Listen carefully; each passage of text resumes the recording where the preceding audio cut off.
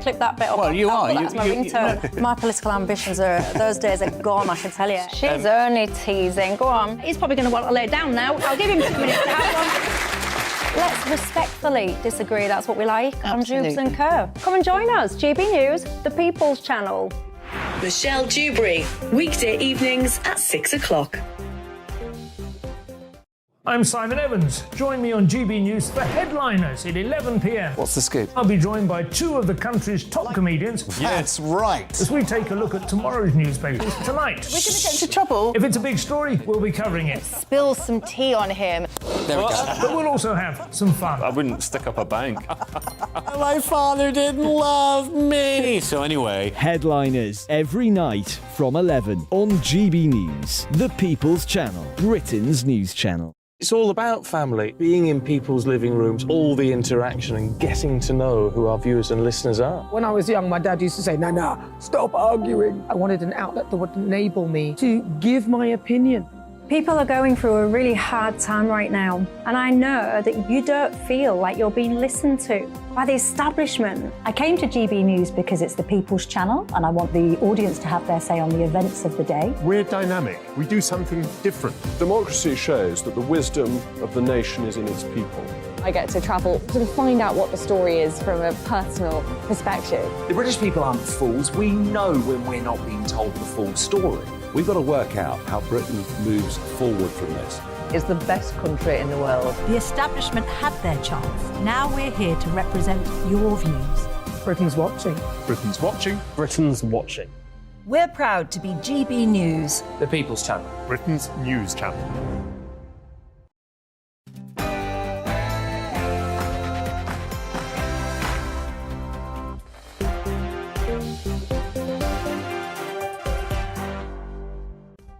Well, hello there, it's 6 o'clock. I'm Michelle Dewberry, and this is Dewbs and Kerr. Have you seen the latest news? It's only just recently happened. Take a look at this. Do you fear getting suspended? No. Well, there you go. That was Gary Lineker. Did you see his tweets earlier on this week? He was referring to Germany in the 1930s in response to the government's plans about how to manage the small boat crisis. Well, I'll tell you what, he was absolutely adamant that he was going to be presenting Match of the Day this weekend. But guess what? He is now no longer. He's been asked to step back by the BBC. So Gary Lineker, there you go, because that is what you will not be hearing this weekend. But should he be hearing it weekends going forward? Should the guy be fired or not? I want all of your thoughts on that. I've got a great panel for you tonight. I've got the founder of the Free Speech Union. He knows a thing or two about free speech. And I've got Paul Embry, the fellow that's been quite outspoken and got himself into trouble for it as well. Cannot wait to get into all of that. And let's not overshadow the fact that Rishi Sunak is in Paris having a conference with Macron, and apparently, get this, about £500 million of your taxpayers' money and mine will be sent to the French to try and help the migrant crisis. Will it make a blind bit of difference? We'll have all of that and more, but first, let's get ourselves up to speed with tonight's latest headlines.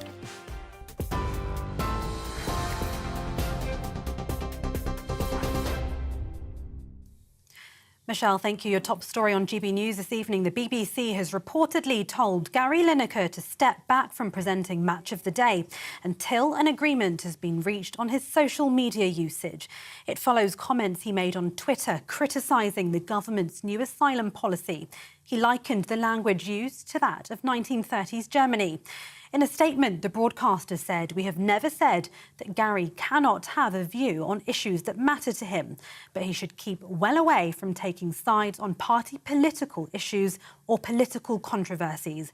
Well, football commentator Ian Wright has said on Twitter that he's told the BBC he won't be joining this Saturday's show in a move of solidarity with Mr Lineker. In other news, Rishi Sunak has agreed to give France almost £500 million over the next 3 years in an attempt to end the Channel migrant crisis. The Prime Minister held talks with French President Emmanuel Macron in Paris today before announcing the landmark deal, which will see a new detention centre established in France. The joint news conference followed the first bilateral summit between the two countries in 5 years. Mr Sunak says the new illegal migrant legislation introduced this week supports this new deal. We're announcing a new detention centre in northern France, a new command centre bringing our enforcement teams together in one place for the first time, and an extra 500 new officers patrolling French beaches, all underpinned by more drones and other surveillance technologies that will help ramp up the interception rate. And the legislation the UK has introduced this week supports this, because it's designed to break the business model of the criminal gangs and remove the pull factors bringing them to the Channel coast. The French will also contribute significantly to funding, with President Macron saying this isn't simply a deal between France and the UK. I do believe that the right way to approach these migrations is a broader space.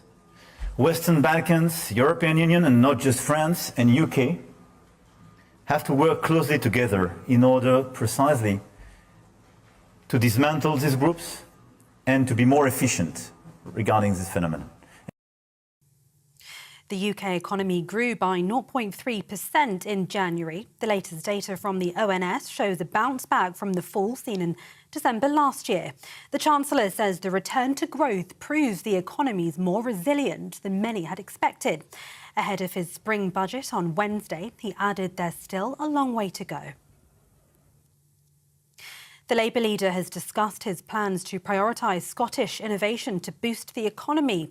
Sir Keir Starmer is in Glasgow with Shadow Chancellor Rachel Reeves. He says Scotland's creativity has been held back by governments at Holyrood and Westminster. What I want is an economy in Scotland that is bursting forward. We have a mission for the next Labour government to have the highest sustained growth in the G7. For Scotland, that would take us hugely forward with the jobs of the future, the skills of the future. At the moment, the problem we've got is that productivity is low, living standards are low, start-ups in Scotland are failing at a greater rate than elsewhere in the UK. This is, in a Scotland, has a great history when it comes to our economy. So we want to turn that around. Heavy snowfall left drivers stranded for hours this morning, with people now being asked to only travel if necessary. Storm Larissa hit the UK overnight, causing flights to be suspended and rail services delayed as fallen trees blocked some lines. The Met Office has yellow warnings for snow and ice in place for parts of the UK over this weekend. Hamburg police have named the man behind a mass shooting at a Jehovah's Witness hall in the city as German national Philip F. At least 8 people died, including a woman and her unborn baby. Police say the gunman acted alone and later took his own life. His motives are still unknown. They say the 35-year-old was a former member of the Jehovah's Witness community. He had no criminal record and possibly suffered from mental illness. And Prince Edward has been named as the new Duke of Edinburgh. The title has been granted by his brother King Charles on the Prince's 59th birthday, and he'll hold that title for his lifetime. His wife Sophie becomes the Duchess of Edinburgh. TV, online and DAB+ radio. This is GB News. Now it's back to Dewbs & Co.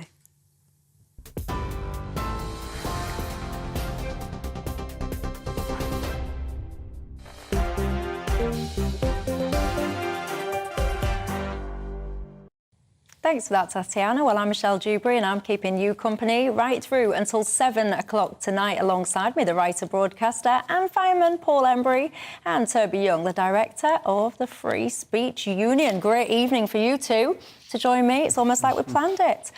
You know the drill, don't you, on Dewbs & Co. It's not just about us three. It's very much about you guys at home. Get in touch with me. Let me know your thoughts on the days going on.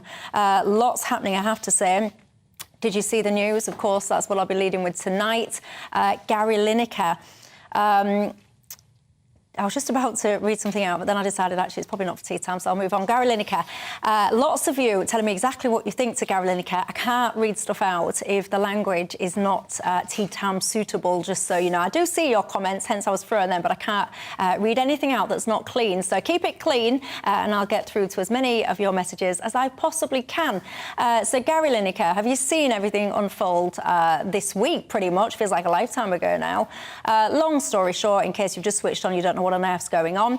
Of course, the small boat crisis is the hot topic for so many people today and has been for a very long time. But Gary Lineker caused a bit of a storm. He tweeted a few days ago in response to some of this conversation that there is no huge influx. I'm quoting directly his tweet here.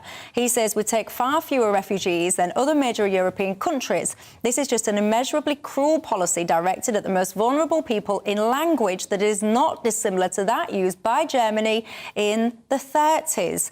It created quite a big response from loads of people, many of them basically saying that he should be fired from his role on the BBC. And that has divided opinions. Lots of them. He then responded, Gary Lineker then responded with another tweet saying, "Well, it's been an interesting couple of days. Happy that this ridiculously out of proportion story seems to be abating, and I'm very much looking forward to presenting Match of the Day on Saturday. Thanks again for all your incredible support. It has been overwhelming." Well, that was yesterday, by the way. And he was asked outside his house, do you regret your tweets? He says no, he doesn't. But as is the way in life, it moves on, doesn't it? And now the news has broke this afternoon, that he will not be on Match of the Day at all. He's been asked to stand back, and it is really divided opinion, I can tell you. John has said, "Michelle, this is great news, and if anyone wants a stand-in for Saturday, I am available. I will charge £300 and travel expenses from Northampton." It's worth saying as well that Ian Wright, he has said that he will stand down as well this weekend in solidarity with Gary Lineker. David says, "Michelle, you are full of hypocrisy. I am disappointed in you. You are calling for cancel culture, the very thing that you're supposed to be against." I don't know, David, I haven't even given my view on it yet. I'm simply explaining the story. But a man that will give me his view is Toby Young, founder of the Free Speech Nation. What do you make to it all? Yeah, well, I'm not sure it's a free speech issue yet. He hasn't been fired for what he said in his tweet. He's just been told by the BBC, you can't come back and present Match of the Day until we've agreed what your social media use and what the policy governing it will be in future. So he hasn't yet been punished, or at least not exactly, for what he said. The BBC have simply said, we need to reach an agreement before you come back. Now, there's a further question about, well, what should that agreement be?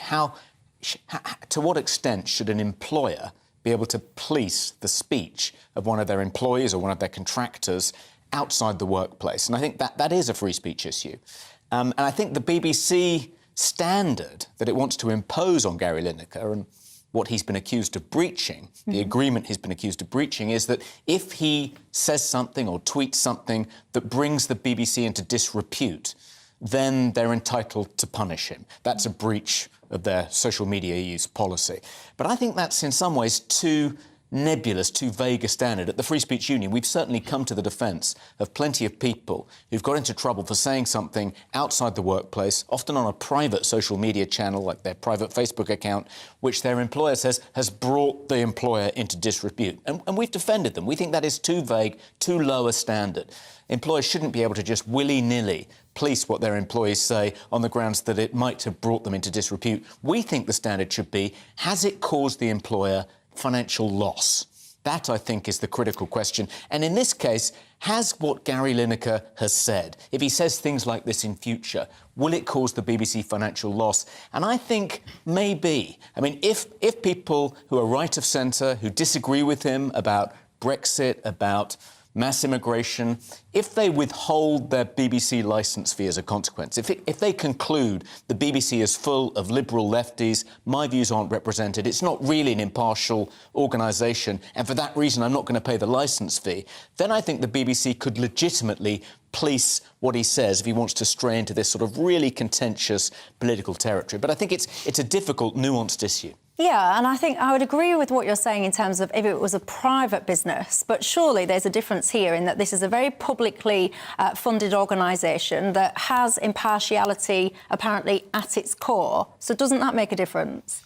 Well, I mean, you could say that about other public sector organisations, about civil servants, about police officers, and, you know, even GBNews, even though it's not a taxpayer-funded news organisation. It still has to abide by various impartiality rules. So would you be happy if GB News wanted to punish you for saying something in what you felt was a purely personal capacity about a particularly contentious issue? I mean, I think the standard should be that the company, whether it's a public or a private company, if they're going to punish an employee for saying something outside the workplace, it's not enough to be able to show or claim that it's brought the company into disrepute. They have to be able to show financial loss. So I think if the BBC are going to punish Gary for what he said or similar things in future, they need to be able to show that these things are actually causing the BBC financial loss. Not an impossible test to meet, but it'd be interesting to see whether this would meet that test. Paul Embry?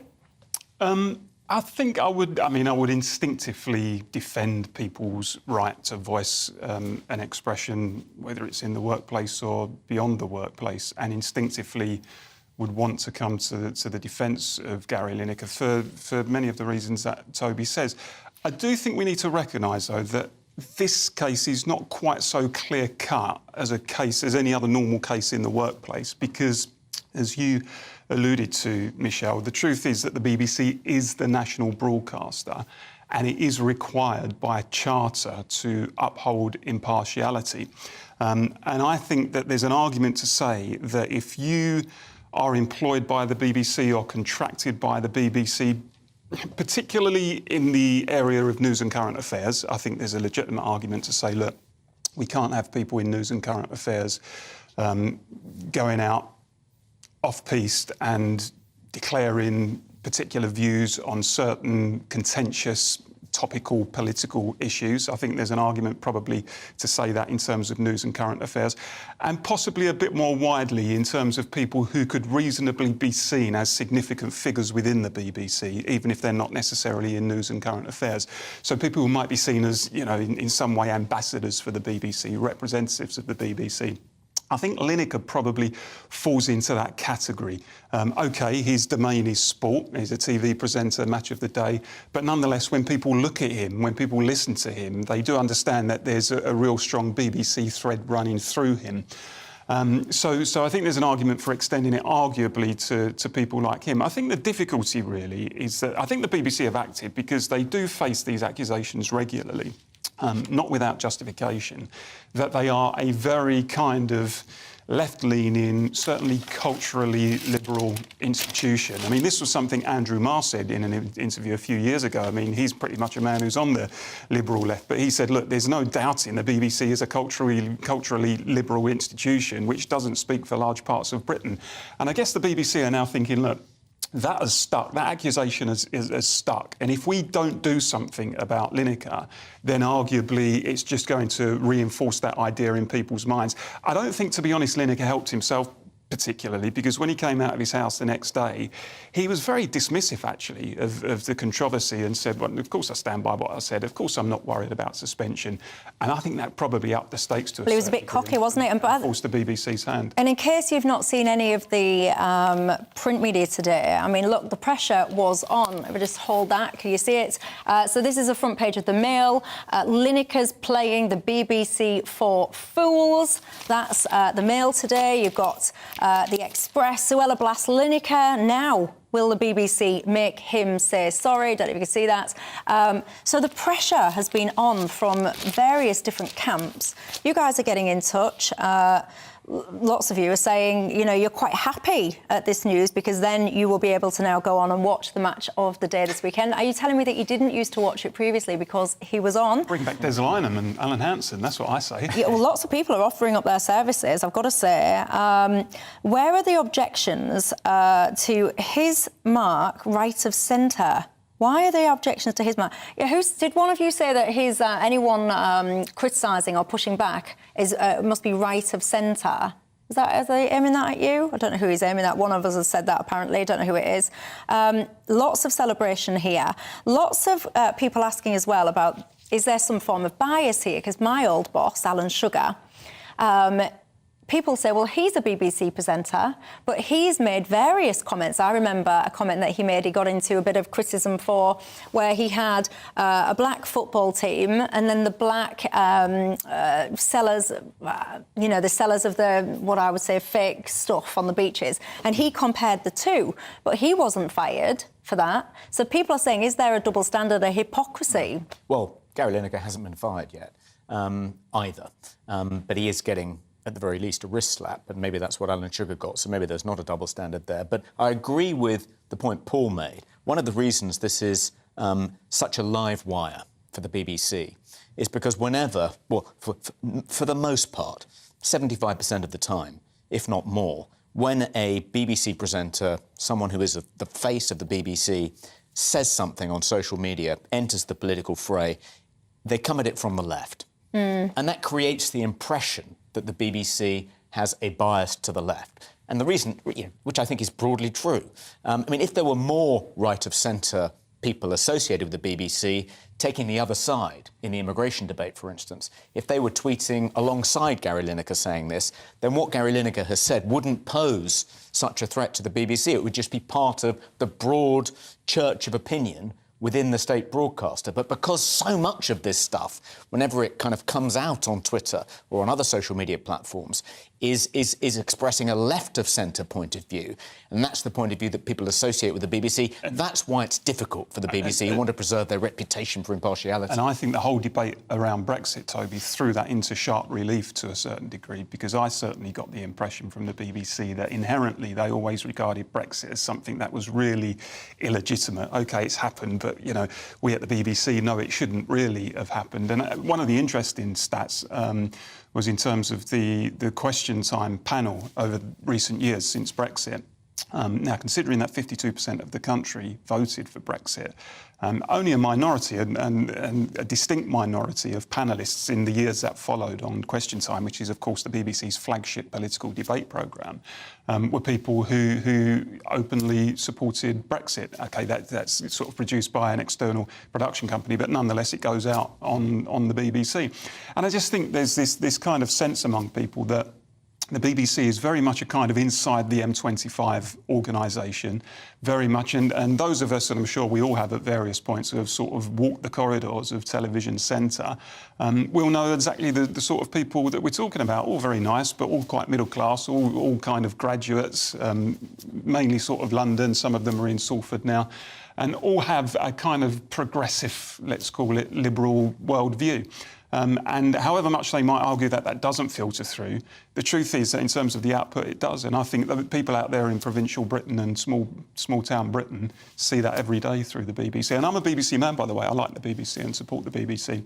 And I'm on the left, but nonetheless, it's impossible to argue against the proposition that it is a left-leaning organisation. It plainly is. Yeah, it is. And I mean, I've done lots and lots of BBC current affairs, debate programmes and all the rest of it. And I've always felt that I've always been like the kind of the token Brexiteer. So there's me with a panel of Remainers, or there's me kind of saying that, I don't know, you should control your borders among a group of people saying absolutely not, that's kind of racist and all the rest of it.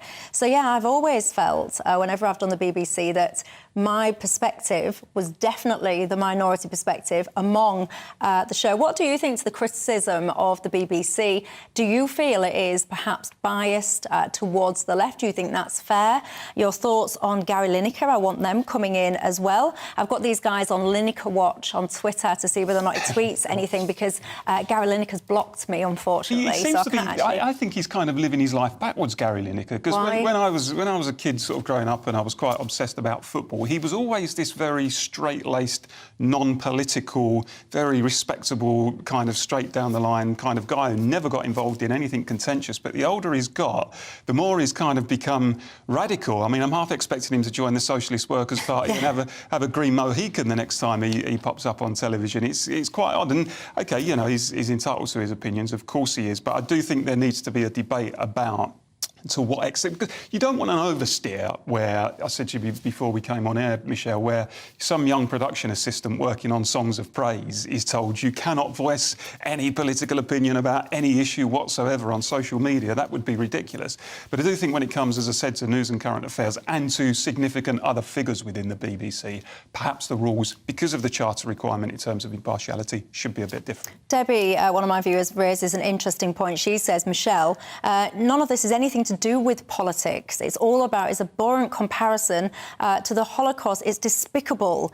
He is an arrogant, obnoxious individual, says Debbie. I think you make an interesting point there about the actual, the content of the message, the comparison. Was that something that offended you? I think, Debbie, I get the vibe there from you that yes, it did.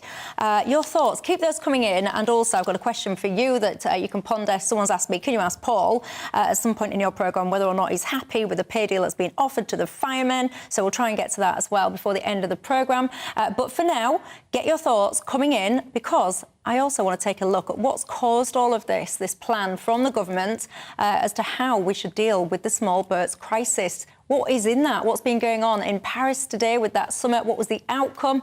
And what are these hundreds of millions of pounds that we're going to be sending over to France over the next few years going to be spent on? A look at that.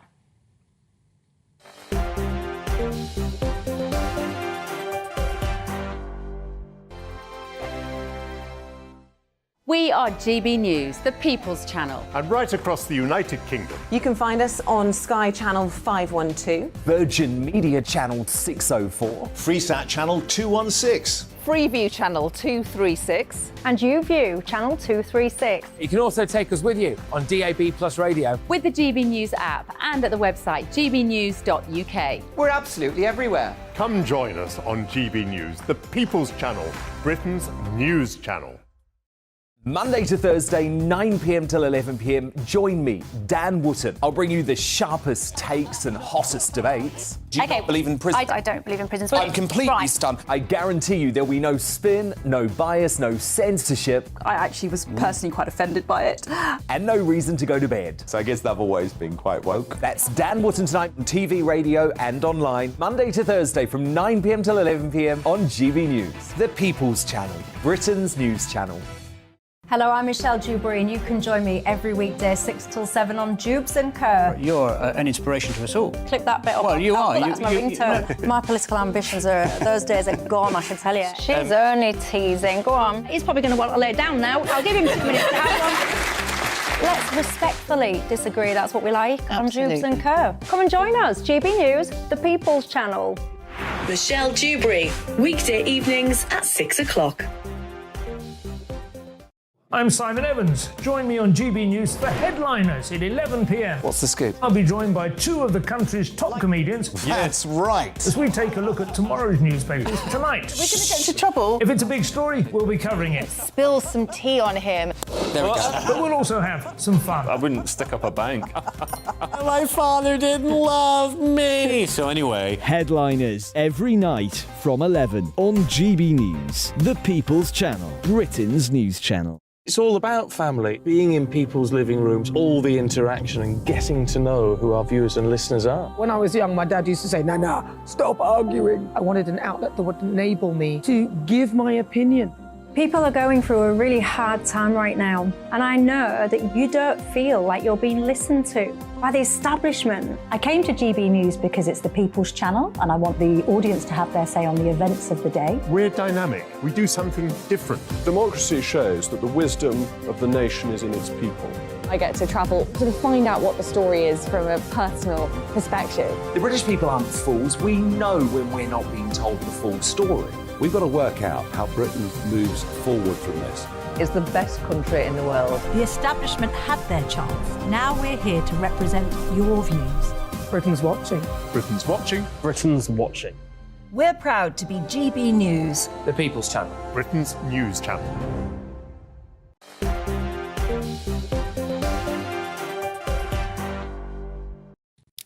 Hello there, I'm Michelle Dewbs, and I'm keeping you company right through until 7 o'clock tonight. Lots and lots of you getting in touch about the situation with Gary Lineker. It broke this afternoon that he's been asked by the BBC to step back from presenting Match of the Day this weekend. That is, of course, if you're just tuning in and wondering what's going on, in response to tweets that he wrote about the government's handling of the small boat crisis. Ian Wright, he subsequently tweeted as well and said that in solidarity, he is not going to present Match of the Day either. I think that's a little bit ridiculous, by the way. What do you think to that?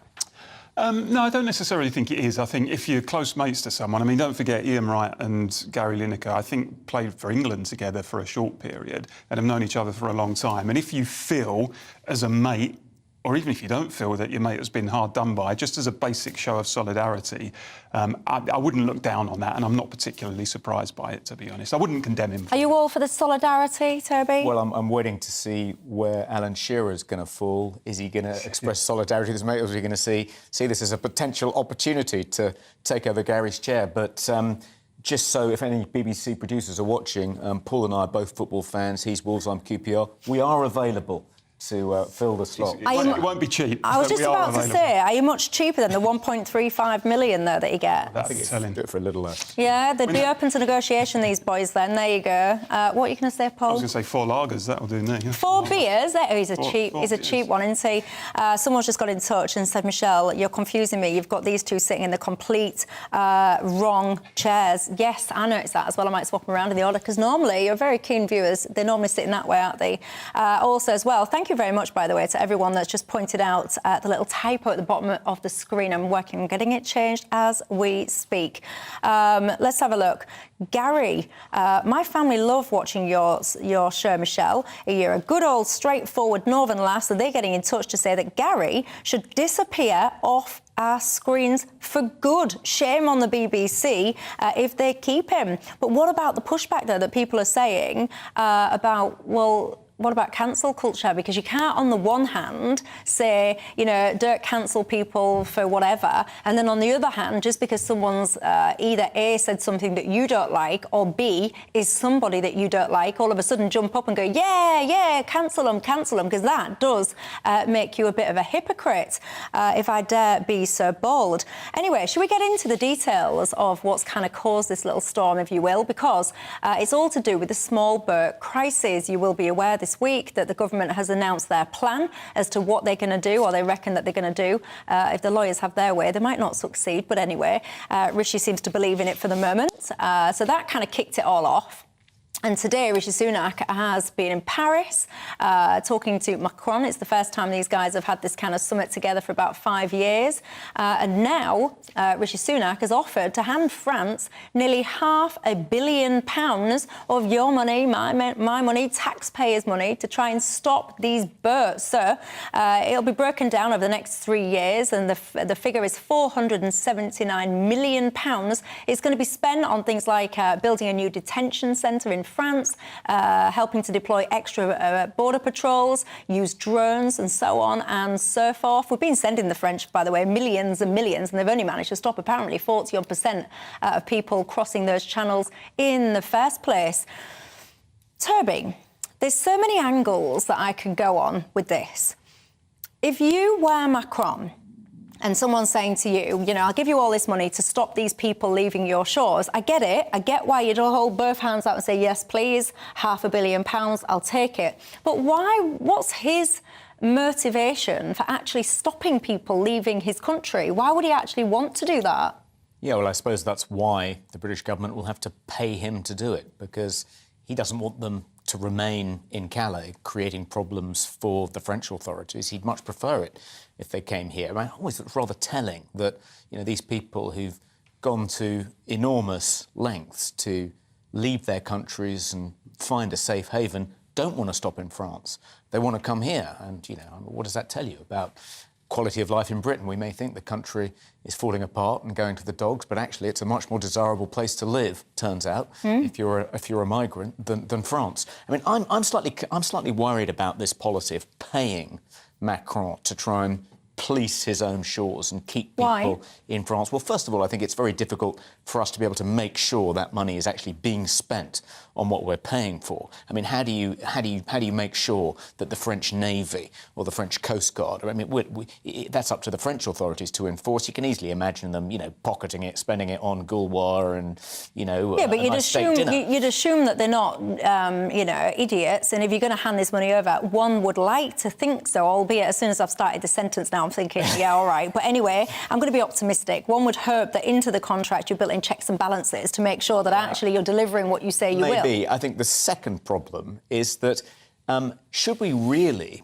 be trying to induce a country to keep people within its borders. That, to me, that makes me slightly uncomfortable. I mean, I visited East Berlin back in '87 when the Berlin Wall still existed. And as I left East Berlin, went back to West Berlin, they put these, the border guards put these big mirrors under the car to make sure no one was leaving East Berlin, because it was illegal for people to leave the Soviet bloc, Eastern Europe, those sorts of totalitarian countries. I don't think, you know, it should be Macron's business, any state's business, to try and prevent people leaving their countries. To me, that smacks of totalitarianism. Does it? Isn't it just basic border controls? Because you can't have just a one-way border control. So, yeah, I'm going to control my border, but only on an inward direction. Surely, if you believe in border controls, it's a two-way thing. I do believe in border control, and that's why I think the money that Rishi Sunak's agreed to give to France should actually be spent on boosting our own border defences, boosting our own Royal Navy and our own Coast Guard to stop the small boats crossing the Channel and entering our territorial waters. What do you think to that at home? Totalitarian, is it, for the French to try and stop people leaving their shores? Do you agree with that perspective? Do you think, actually, you know, I don't mean to be rude or anything, but do you think you can actually trust the French to deliver this? Because they don't have a massively good track record of doing it so far. We just seem to be perhaps throwing good money after bad. Your thoughts, please. Paul Embry, yours. We need to break the business model. That's the crucial thing. I am not convinced there's any way to do that other than some sort of offshore processing system. I know the government are now in the migration bill are saying, well, no, people won't be able to claim asylum if they arrive by boat. They'll never later be able to claim for citizenship. I'm a bit uncomfortable with that. I think the danger is that you catch within that net potentially a number of people who do have genuine claims. I mean, we have to accept, we have to have an honest debate and say that a number of them are not genuine asylum seekers, they are economic migrants, but some of them will be genuine asylum seekers. And I'm uncomfortable with us saying as a nation, if you get here, we're not even going to judge your claim, look at the merits of it. You know, we're going to send you to another country. And that's it. You're never going to be able to claim for citizenship later. I think some sort of offshore system in terms of processing is not unreasonable and not unfair. And then giving the individual, if their asylum claim is granted, the opportunity to come to this country. I do think there's an argument to say that actually the asylum system in terms of the applications process is lax. And it seems to me that we as a country in Europe wade through far more claims than many other countries do. They seem to be more rigorous in terms of the criteria that they apply to it. But what I do know is that the current situation of having, over the course of a year, thousands, tens of thousands of what are mainly young men arriving on our shores, often undocumented, is simply not sustainable. Now, you can be, in my view, you can be the most pro-immigration person in the world, and I am pro-immigration as long as it's managed properly, but still have a problem with that, still have a problem with that spectacle of thousands of young men just turning up without documents on your shores every year. That is a real problem. And what it does, I think, it just undermines people's faith in the system. And I get really annoyed at the fact that we're often depicted as being some sort of hostile and bigoted nation when it comes to the question of immigration. And actually we're anything but. I think we can easily compare ourselves to any other country in Europe and around the world in terms of our openness, in terms of our tolerance, in terms of our willingness to take a reasonable number of refugees. But I just think people's good faith has been abused. People just feel, look, I'm open to the idea of taking refugees, I'm open to the idea of immigration, but I want to see the thing controlled and I want to see the thing regulated. And I don't want to see this scenario of boats turning up with thousands of people every year. That's people's genuine belief, I think. Of course, and I think there's a few issues get conflated when you have the conversation about people trying to seek asylum, because I don't think any right-minded, decent person would want to, you know, you see what's going on in places like Iran, you see, you know, the awfulness under the Taliban in Afghanistan. Of course, any right-thinking person would look at those people suffering and go, yeah, if we can help you, let's help you. But then what happens is that the main country of origin currently for these small boat crossings, as we will all be familiar with by now, is Albania. So then when you see people coming from a safe country, it does feel a little bit like our system is having the Michael taken out of it. But if you even dare point that out, you get accused, as Paul was saying, of being this awful, heartless, racist individual because these poor people from these war zones are fleeing persecution, and how dare you be so heartless? The two, for me, don't seem to get separated. Why can't we declare Albania a safe country, as they did in Sweden? Just literally say, right, safe country, nobody with that country of origin will be even having their, you don't have a cat in hex chance of getting into this country. Define it as a safe country and move on from there. Do you think that is the answer to that? I also ponder, because it's easy to criticise all of this, isn't it? But what are the alternate solutions? So if you're someone saying you disagree with these policies, What's the alternative? And I'm going to ask Paul that in just a couple of minutes, because he represents, you call yourself a Labour man, you call yourself a left-leaning guy. I'm fascinated because they criticise a lot, so do the Labour Party. But what are their solutions? Do you actually think you understand them? I don't. I hear people go around in circles, but I don't seem to be any clearer as to what they would actually cast iron do. Are you? Give me your thoughts. See you in 2.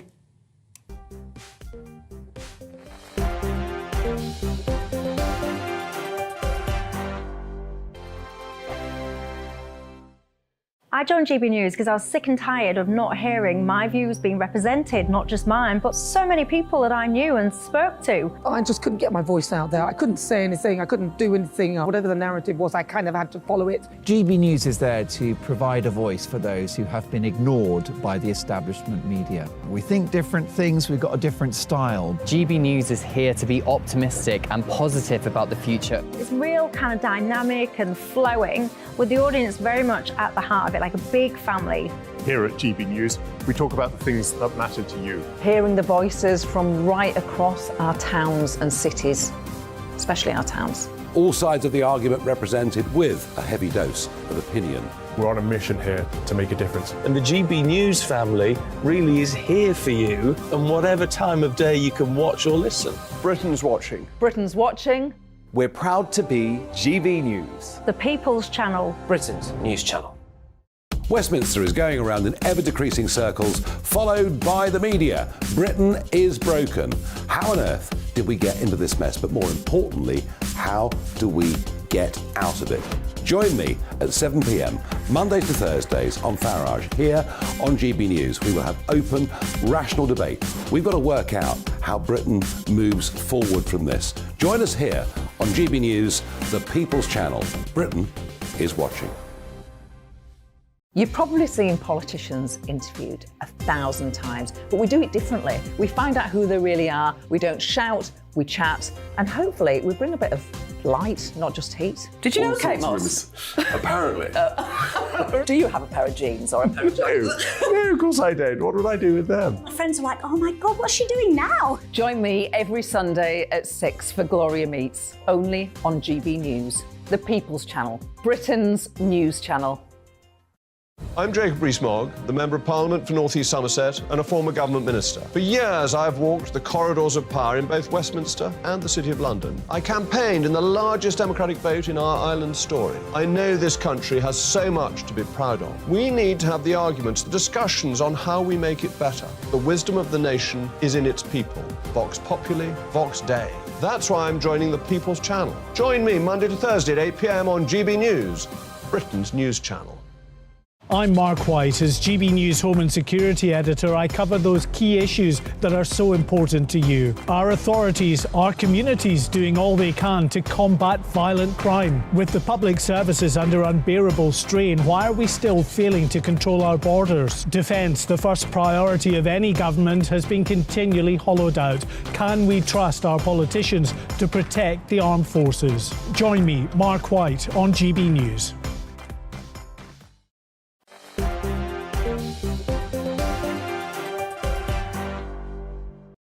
Hello there, I'm Michelle Dewbs. This is Dewbs & Co. We're with you till 7 o'clock tonight. The founder of the Free Speech Union, Toby Young, keeps me company, as does Paul Embry.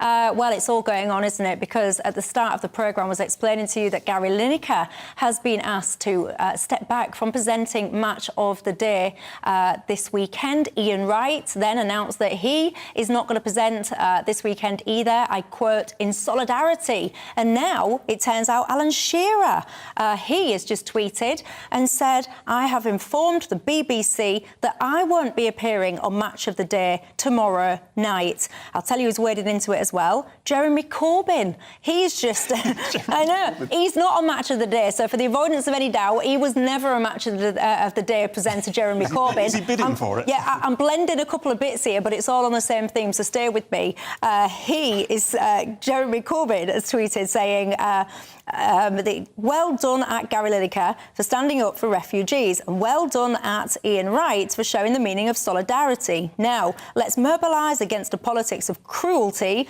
and defeat this inhumane, illegal, immoral legislation. Oh, God, there's so much I can get into about that. But, Paul, there'll be people watching this, right, that don't even watch Match of the Day. They're thinking, who's Shearer?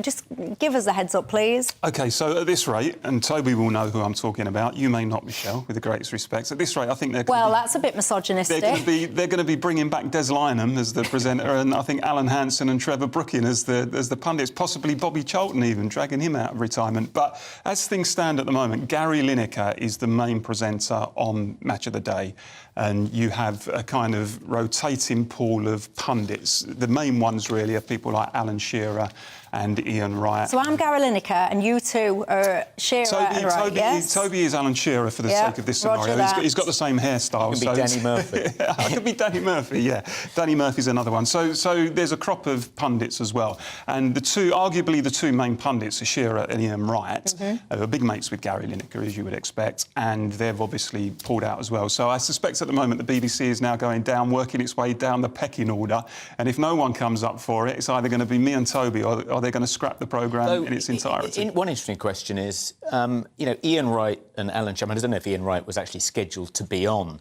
this Saturday. He may just be grandstanding. But if he was, and if Shearer was scheduled to be on, I imagine he was, are they not in breach of contract? I mean, they're paid enormous sums of money by the BBC to do their punditry when asked. If they can just drop out like this, not because they're ill or they've got a family emergency, but out of solidarity with someone who's broken this BBC policy, I mean, I would have thought that they might be disciplined as a consequence. I mean, too. I don't, as you can imagine, Toby, I don't mind a little bit of workplace solidarity, so I'm not going to condemn them for that. I mean, I guess it turns on, in a technical and legal sense, it probably turns on the details of their contracts. Are they freelancers?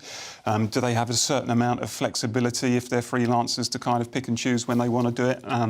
Are they on the books at the BBC? Are they actual employees? In which case, by pulling out, I think they probably have created problems for themselves in that respect. I don't know, but I suspect, as you said, there's probably a bit of grandstanding going on at the moment. Dave has said, if anyone knows a gay, disabled, mixed-race presenter, can they give their names to the BBC? It's a great opportunity for them to bolster diversity this weekend. We shall bear that in mind. And this is all about, in case you are just tuning in and wondering what is going on, this is all about the reaction to Gary Lineker saying that the policy of this government when it comes to the small boat crisis, lots of the language used, reminds him or is akin to 1930s Germany. Let me just ask a question. You, Free Speech Union and all the rest of it, do you think it's ever... Debbie made this point at the start of the programme, saying it's not about politics, this is not about impartiality, this is about the fact that referencing the Holocaust ever by way of comparison is just wrong. Where do you stand on that, Toby? Yeah, I think that's a difficult issue. I think it's a mistake for two reasons. First of all, it's just grotesque hyperbole to compare this government's policy on small boats that they announced earlier this week to what happened in Nazi Germany in the 1930s. It seems like you're just trying to score political points in a kind of ham-fisted way. But it's also, I think that the real difficulty with it, though, is it's trivialising the Holocaust. To invoke the Holocaust to score a political point, to try and besmirch your enemies. That's why I think it really upsets and offends people. But as a defender of free speech, I don't want Gary Lineker to be cancelled because he said something that offended large numbers of people. I mean, I think it's a tricky issue because where you stand, whether you think Gary Lineker should be defended and whether it's a free speech issue or not, turns on whether or not you agree with him for most people. But I think we ought to bear in mind that in some circumstances, we have to defend the right of people to say things which we profoundly disagree with. And for me, the issue here is, to what extent does an employer have the right to police their employees' speech outside the workplace? And if we're too quick to take the BBC's side, it's going to be difficult in future to take the side of employees who say things we agree with, but who are punished by their employers for saying things outside the workplace which haven't caused their company any financial loss. Right, there you go. That is a million-dollar question. To what extent does your employer have the right to police what you say outside of work? Ponder it. Give me your thoughts.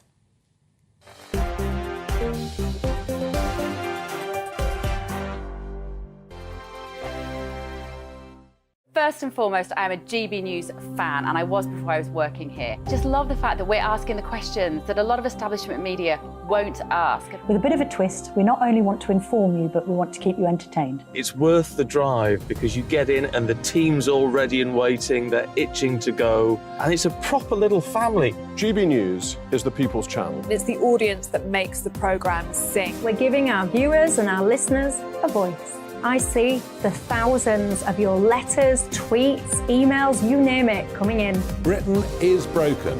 How on earth did we get into this mess? But more importantly, how do we get out of it? The establishment had their chance. Now we're here to represent you. It's time for something different. It's time for GB News. I'm very patriotic. I believe in Britain. Our best days lie ahead. Britain's watching. Britain's watching. Join us here on GB News. The People's Channel. Britain's news channel. Hi, Andrew Pierce here. Join me every Friday lunchtime for a proper no-nonsense debrief of the week's events. With special guests in the studio and the GB News team on the ground, I'll be getting you up to date with news, some intelligent discussion, and my own sharp take. The weekend starts here with me every Friday lunchtime on GB News, the People's Channel, Britain's news channel.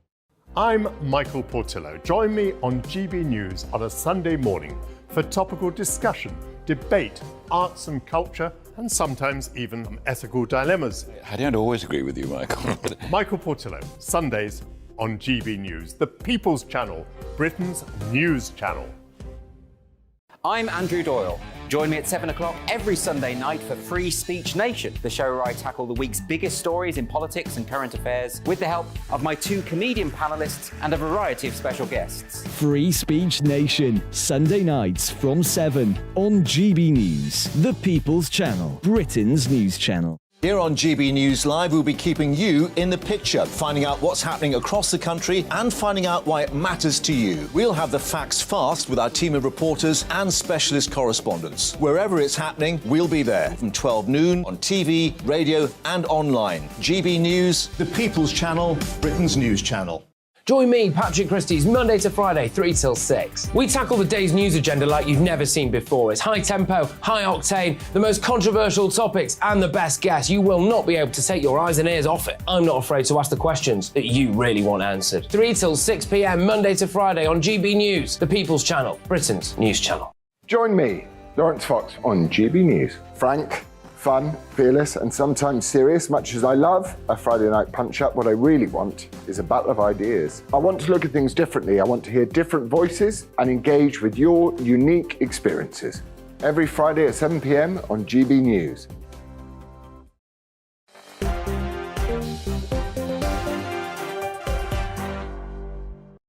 Hello there, I'm Michelle Dewbs, keeping you company right through till 7 o'clock tonight. Alongside me, founder of the Free Speech Union, Toby Young.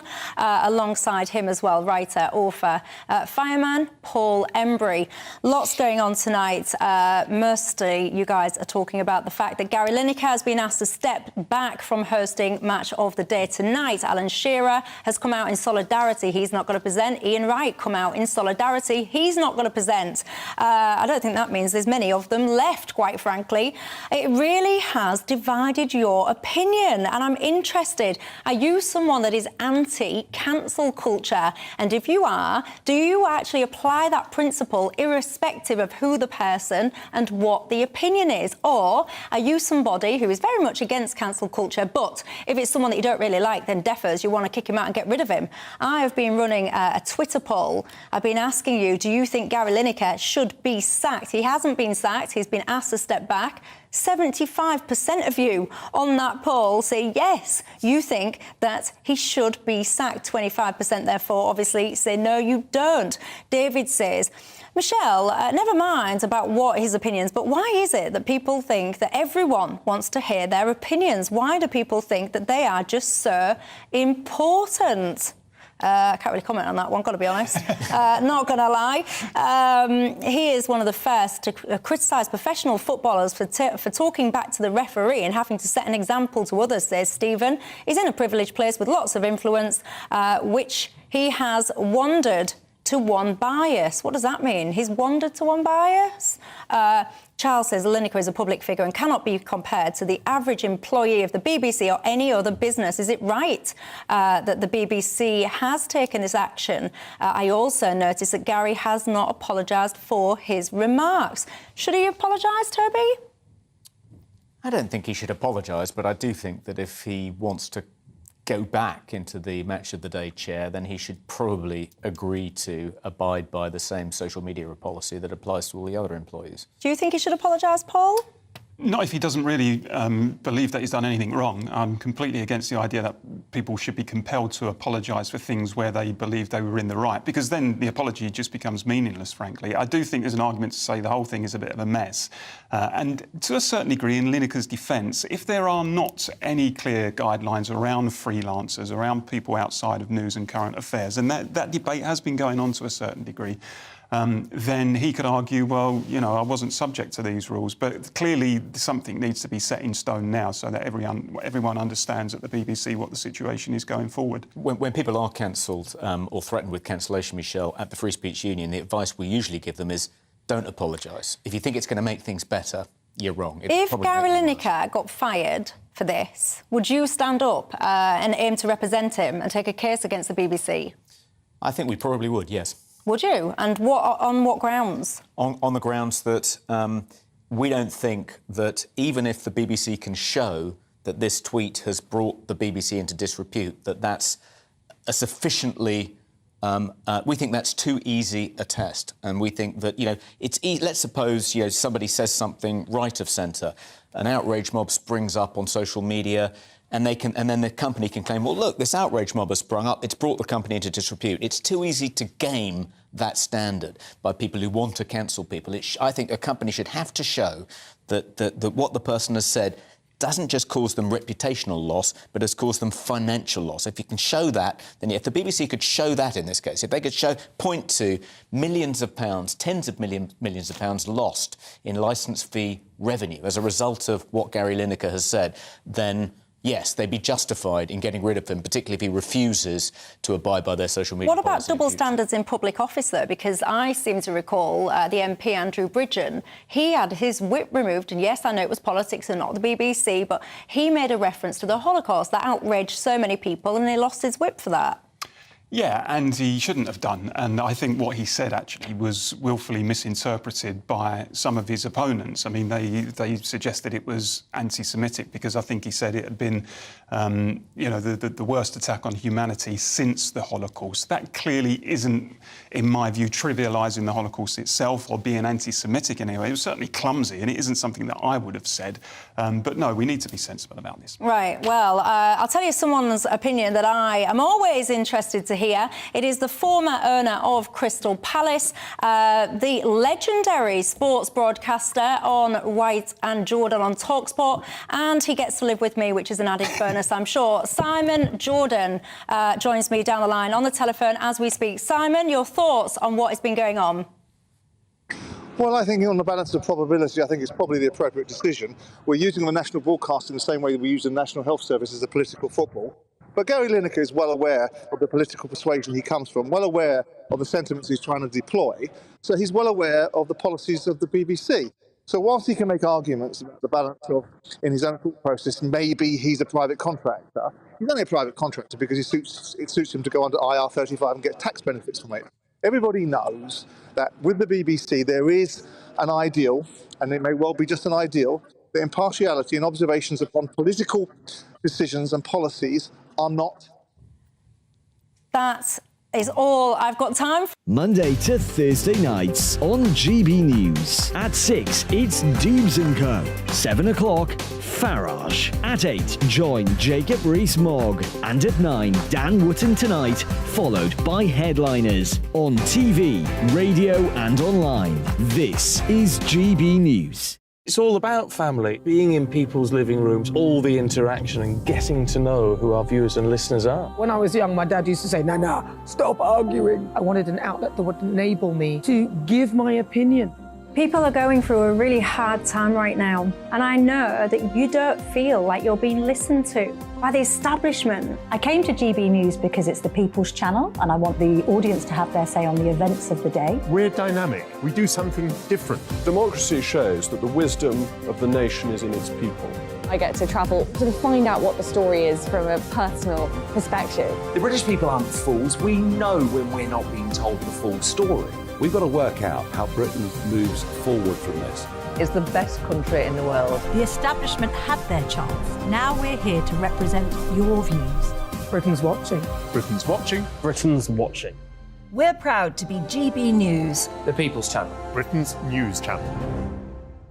We are GB News, the People's Channel. And right across the United Kingdom. You can find us on Sky Channel 512, Virgin Media Channel 604, Freesat Channel 216. Freeview Channel 236, And YouView Channel 236. You can also take us with you on DAB+ radio. With the GB News app and at the website